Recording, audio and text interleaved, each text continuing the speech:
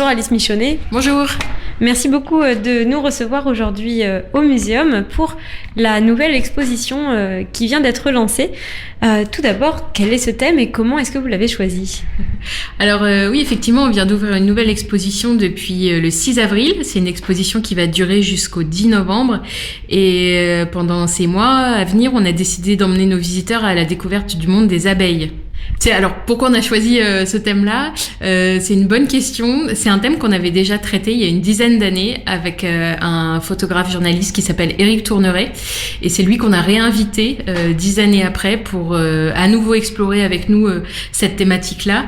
Ce photographe, Éric Tourneret, il a à peu près 25 ans d'expérience sur les 5 continents sur la question de l'abeille, à la fois sur un aspect scientifique, puisqu'il travaille avec de nombreux scientifiques de renommée internationale, et puis aussi sur le volet culturel, puisqu'en fait il est parti dans je crois près de 25 pays différents dans le monde pour voir comment les hommes vivaient avec l'abeille et comment ils récoltaient notamment le miel pour certains.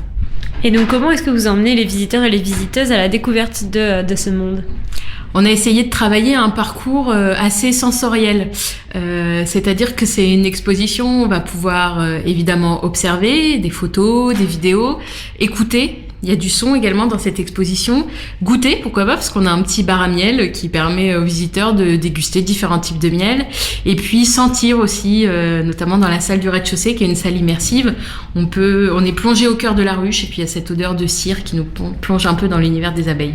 Et donc également de nombreuses photos d'Éric Tourneret pour illustrer ses propos. Tout à fait, c'est plus d'une centaine de photos qui sont exposées, qui représentent, je disais, 25 années de travail et qui vont à la fois nous emmener sur des photos vraiment inédites au cœur de la ruche, des choses qu'on n'a pas l'habitude de voir, comme la naissance d'une reine, comme la confrontation d'un frelon asiatique et d'une abeille, comme le travail des ventileuses, enfin voilà, des images qui sont assez inédites et assez époustouflantes et qui nous permettent de comprendre un peu toute la diversité, la variété de ce monde apicole, et puis aussi la diversité des abeilles, puisqu'en fait on pense souvent à l'abeille façon maya, noire et jaune, alors qu'en fait l'abeille qu'on connaît est plutôt marron et jaune.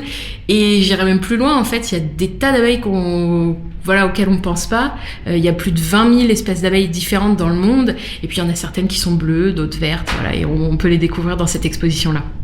Et quel est le programme des activités pour les vacances ? Alors pour les vacances, on propose des activités tous les jours. Donc tous les matins à 10h30, il y a un atelier qui est proposé. Ce sont des ateliers qui commencent pour certains à partir de 2 ans, donc de 5 ans, ça c'est le dimanche. On a des ateliers autour donc évidemment de la thématique des abeilles, 5-6 ans, 7-10 ans. Donc ça c'est tous les matins à 10h30.